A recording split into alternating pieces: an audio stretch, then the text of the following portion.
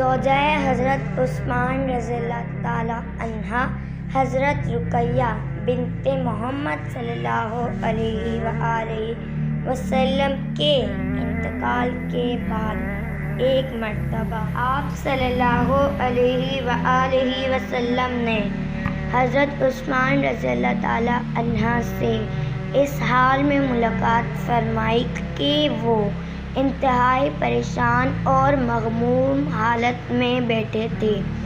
حضور صلی اللہ علیہ وآلہ وسلم نے ان کی خیریت دریافت کرتے ہوئے فرمایا، اے عثمان، کیا حال ہے؟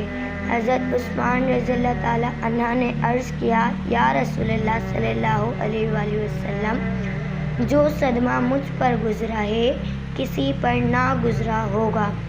صاحبزادی رسول اللہ صلی اللہ علیہ وآلہ وسلم انتقال کر گئیں، جس بنا پر آپ کا اور میرا سسرالی رشتہ ہمیشہ کے لیے ختم ہو گیا۔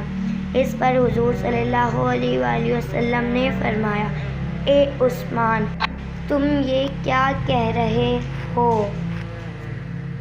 جبریل نے مجھ کو اللہ تعالیٰ کا پیغام پہنچایا ہے کہ میں رقیہ رضی اللہ تعالی عنہ کی جگہ ام کلثوم رضی اللہ تعالی عنہ کا نکاح اس کے مہر مثل کے عوض میں اسی طرح تمہارے ساتھ کر دوں۔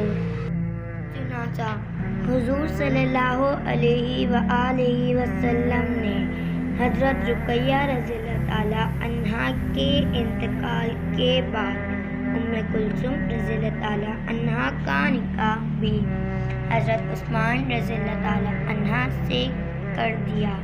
پھر جب باامر خداوندی حضرت کلثوم رضی اللہ تعالی عنہ کا بھی انتقال ہو گیا تو آپ صلی اللہ علیہ وآلہ وسلم نے فرمایا، اگر میری اور بھی بیٹی ہوتی تو میں وہ بھی عثمان کے نکاح میں دے دیتا۔